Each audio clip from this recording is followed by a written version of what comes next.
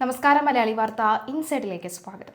ഹോർമൂസിന് ഉപരോധം പ്രഖ്യാപിച്ചതിന് പിന്നാലെ F-35 യുദ്ധവിമാനങ്ങളും നുഴഞ്ഞുകയറി ആക്രമണം നടത്താൻ പര്യാപ്തമായിട്ടുള്ള MV-22 ഓസ്പ്രേ വിമാനങ്ങളും ഹോർമൂസിന് സമീപം വിന്യസിച്ച ട്രംപ്.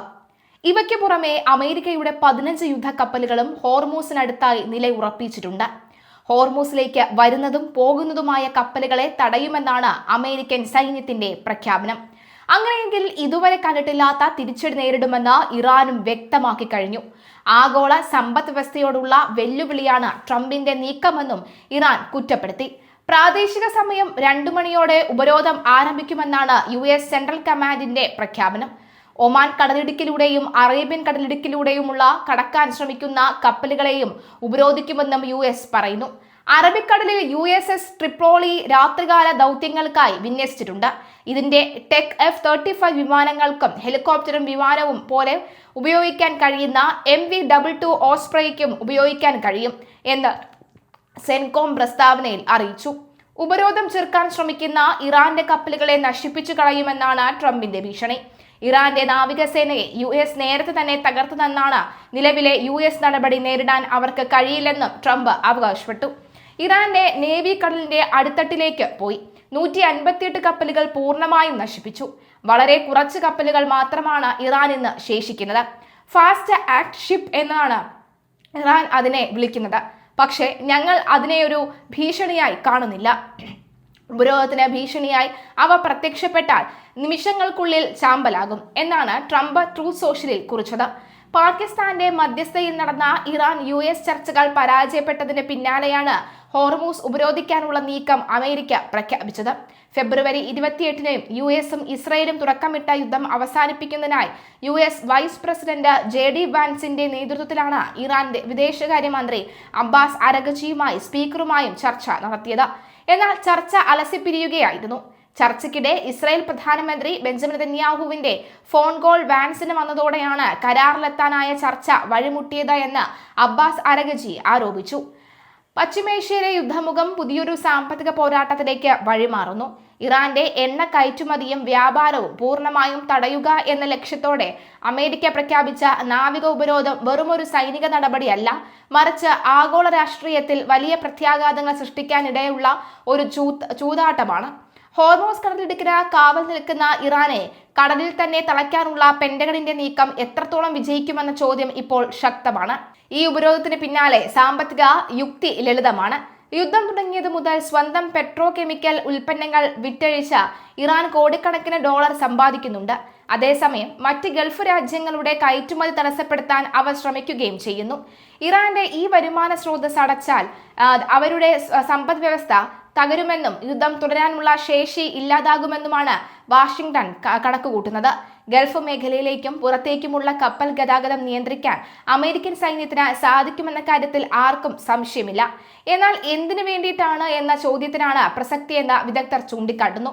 ഹോർമൂസ് കടലിടുക്കിനുള്ളിൽ കയറി ഇറാനുമായോ അവരുടെ മിസൈൽ ഡ്രോൺ സംവിധാനങ്ങളുമായോ നേരിട്ട് ഏറ്റുമുട്ടുന്നതിനേക്കാൾ അമേരിക്കയ്ക്ക് സുരക്ഷിതം ഒമാൻ കടലിൽ നിലയുറപ്പിച്ച് ഉപരോധം നടപ്പാക്കുന്നതാണ് എന്ന സൈനിക വിലയിരുത്തലാണ് ഇപ്പോൾ നടപ്പിലാകുന്നത്.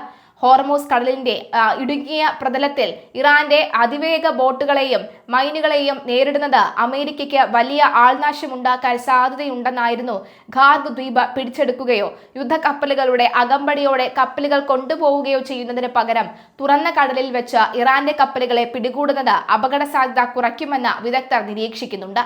സൈനികമായി നോക്കിയാൽ അമേരിക്കയ്ക്ക് ഇത് താരതമ്യേന എളുപ്പമുള്ള കാര്യമാണ്. അമേരിക്കൻ സെൻട്രൽ കമാൻഡ് നൽകുന്ന സൂചനകൾ പ്രകാരം ഇറാന്റെ തീരങ്ങളിലേക്ക് വരുന്നതും പോകുന്നതുമായ എല്ലാ രാജ്യങ്ങളുടെയും കപ്പലുകൾ പരിശോധിക്കപ്പെടും. എന്നാൽ മറ്റ് ഗൾഫ് രാജ്യങ്ങളിലേക്കുള്ള കപ്പലുകളെ തടയില്ല. മാനുഷിക പരിഗണനയോടെയുള്ള സഹായങ്ങളുമായി എത്തുന്ന കപ്പലുകളെ കടത്തിവിടുമെന്ന് പറയുന്നുണ്ടെങ്കിലും അവയും കർശനമായ പരിശോധനയ്ക്ക് വിധേയമാകും. ഇത് ഇറാനിലേക്കുള്ള ആവശ്യ വസ്തുക്കളുടെ ഒഴുക്ക് പോലും തടസ്സപ്പെടുത്തിയേക്കാം. ഈ ഉപരോധത്തിന് പിന്നിലെ സാമ്പത്തിക യുക്തി ലളിതമാണ്. യുദ്ധം തുടങ്ങിയത് മുതൽ സ്വന്തം പെട്രോ കെമിക്കൽ ഉൽപ്പന്നങ്ങൾ വിറ്റഴിച്ച് ഇറാൻ കോടിക്കണക്കിന് ഡോളർ സമ്പാദിക്കുന്നുണ്ട്. അതേസമയം മറ്റ് ഗൾഫ് രാജ്യങ്ങളുടെ കയറ്റുമതി തടസ്സപ്പെടുത്താൻ അവർ ശ്രമിക്കുകയും ചെയ്യുന്നു. ഇറാന്റെ ഈ വരുമാന സ്രോതസ് അടച്ചാൽ അവരുടെ സമ്പദ് വ്യവസ്ഥ തകരുമെന്നും യുദ്ധം തുടരാനുള്ള ശേഷി ഇല്ലാതാകുമെന്നുമാണ് വാഷിംഗ്ടൺ കണക്കുകൂട്ടുന്നത്. പക്ഷേ ഈ കണക്കുകൂട്ടലുകൾ എത്രത്തോളം പ്രായോഗികമാണ് എന്നത് സംശയമാണ്.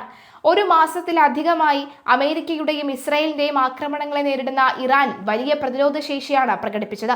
പുതിയ ഉപരോധത്തെയും അതിജീവിക്കാൻ തങ്ങൾ കഴിയുമെന്ന് അവർ വിശ്വസിക്കുന്നു.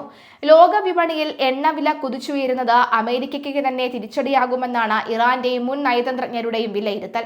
തങ്ങൾ ജയിച്ചു എന്ന മാനസികാവസ്ഥയിലാണ് ഇപ്പോൾ ഇറാൻ ഭരണകൂടമെന്ന് വിദേശകാര്യ വിദഗ്ധർ നിരീക്ഷിക്കുന്നു. തങ്ങളുടെ എതിരാളികളെക്കാൾ കൂടുതൽ കാലം കഷ്ടപ്പാടുകൾ സഹിക്കാൻ തങ്ങൾക്ക് കഴിയുമെന്ന് ഇറാൻ ഉറച്ചു വിശ്വസിക്കുന്നു. എണ്ണവില വർദ്ധിക്കുമ്പോൾ അമേരിക്കയിലും മറ്റ് പാശ്ചാത്യ രാജ്യങ്ങളിലും ഉണ്ടാകുന്ന രാഷ്ട്രീയ സമ്മർദ്ദം ഉപരോധം പിൻവലിക്കാൻ ട്രംപിനെ നിർബന്ധിക്കാനാകുമെന്നാണ് അവരുടെ കണക്കുകൂട്ടൽ. ഷിപ്പിംഗ് മേഖലയിലെ വിദഗ്ധർ ഇപ്പോൾ അതീവ ജാഗ്രതയിലാണ്. അമേരിക്കൻ ഉപരോധം പ്രഖ്യാപിച്ചതിന് പിന്നാലെ പല കപ്പലുകളും കടലിൽ വെച്ച് തന്നെ ദിശ മാറ്റുന്ന കാഴ്ചയാണ് കാണുന്നത്.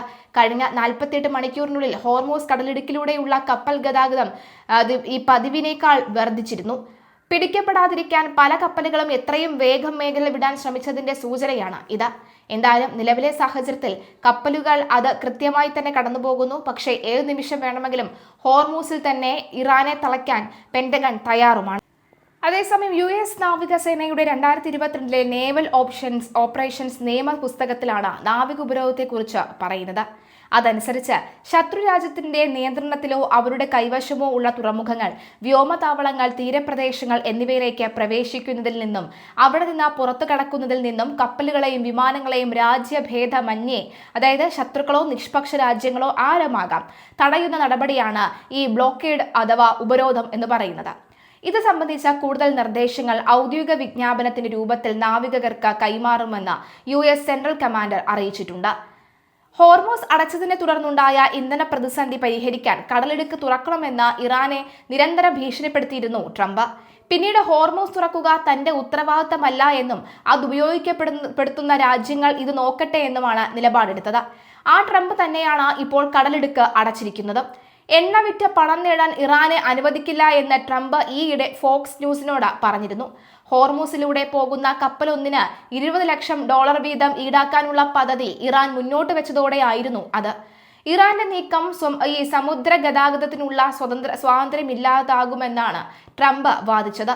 യുദ്ധം തുടങ്ങിയ ശേഷം ഹോർമൂസിലൂടെ പോയ ചില കപ്പലുകളോട് ഇറാൻ വലിയ തുക ഈടാക്കിയിരുന്നു എന്ന റിപ്പോർട്ടുകൾ ഉണ്ടായിരുന്നത്. ഇത് നിർത്തി ഇറാൻ ഭരണകൂടത്തിനുള്ള പ്രധാന വരുമാന സ്രോതസ്സുകൾ അടയ്ക്കുക എന്നതും നാവിക ഉപരോധത്തിന്റെ ലക്ഷ്യമാണ്. ഇറാനെതിരെ US ഏർപ്പെടുത്തിയ പുതിയ ഉപരോധം ഇന്ത്യൻ സമയം തിങ്കളാഴ്ച രാത്രി 7:30 ഉപരോധം നിലവിൽ വന്നു. ഇറാന്റെ തുറമുഖങ്ങളിലേക്കും തീരപ്രദേശങ്ങളിലേക്കും പോകുകയും വരികയും ചെയ്യുന്ന കപ്പലുകളെ രാജ്യഭേദമില്ലാതെ തടയുമെന്ന് US സെൻട്രൽ കമാൻഡ് അറിയിച്ചു. ഇറാന്റേതല്ലാത്ത തുറമുഖങ്ങളിലേക്ക് പോകുന്ന കപ്പലുകൾ ഹോർമൂസ് വഴി കടത്തിവിടുമെന്നും പറഞ്ഞു. അതേസമയം ഹോർമൂസ് പൂർണ്ണമായി ഇറാന്റെ നിയന്ത്രണത്തിൽ തുടരുമെന്നും അതിലൂടെ സൈനികേതര കപ്പലുകൾക്ക് മാത്രമേ കടത്തിവിടുകയുള്ളൂ എന്നും ഇസ്ലാമിക് റവല്യൂഷണറി ഗാർഡ് വ്യക്തമാക്കി. ഏതെങ്കിലും പടക്കപ്പലുകൾ ഹോർമൂസിലേക്ക് കടക്കാൻ ശ്രമിച്ചാൽ ശക്തമായ തിരിച്ചടിയുണ്ടാകുമെന്ന് മുന്നറിയിപ്പ് നൽകി. US നാവികസേനാ കപ്പലുകൾക്ക് നേരെ വന്നാൽ ഇറാന്റെ കപ്പലുകളെ തകർക്കുമെന്ന് പ്രസിഡന്റ് ട്രംപ് ഭീഷണി മുഴക്കി. ഉപരോധത്തെ സർവാത്മന പിന്തുണയ്ക്കുന്നുവെന്ന് ഇസ്രായേൽ പ്രധാനമന്ത്രി ബെഞ്ചമിൻ നെതന്യാഹു പറഞ്ഞു. ഹോർമൂസ് കടലിടുക്കിലൂടെയുള്ള ഗതാഗതം US നാവികസേന പൂർണ്ണമായും തടയുമെന്ന് ഞായറാഴ്ചയാണ് ട്രംപ് പ്രഖ്യാപിച്ചത്. അത് സംഭവിച്ചാൽ പേർഷ്യൻ, ഒമാൻ ഉൾക്കടലുകളിലുള്ള എല്ലാ തുറമുഖങ്ങളും ആക്രമിക്കുമെന്നാണ് ഇറാന്റെ മുന്നറിയിപ്പ്. യുദ്ധത്തിന് ശാശ്വത സമാധാനം ഉണ്ടാകാനായി പാകിസ്ഥാനിൽ ശനിയാഴ്ചയും ഞായറാഴ്ചയും നടന്ന ചർച്ച പരാജയപ്പെട്ടതാണ് കാര്യങ്ങൾ വഷളാക്കിയത്. യുദ്ധം തുടങ്ങിയ ശേഷം ഇറാൻ ഹോർമൂസ് അടച്ചെങ്കിലും ഇന്ത്യ, ചൈന, ഇറാഖ് തുടങ്ങിയ രാജ്യങ്ങളുടെ കപ്പലുകളെയും ഇറാന്റെ എണ്ണ കൊണ്ടുപോകുന്ന കപ്പലുകളെയും കടത്തിവിട്ടിരുന്നു. എന്തായാലും നിലവിലെ സാഹചര്യത്തിൽ ഈ ഘട്ടത്തിൽ ഹോർമൂസ് അടച്ചിരിക്കുകയാണ്. പക്ഷേ ഏത് വിധേനയും എന്തുകൊടുത്തും തന്റെ വിജയം അത് ഉറപ്പിക്കാൻ തന്നെയാണ് ട്രംപിന്റെ തീരുമാനം.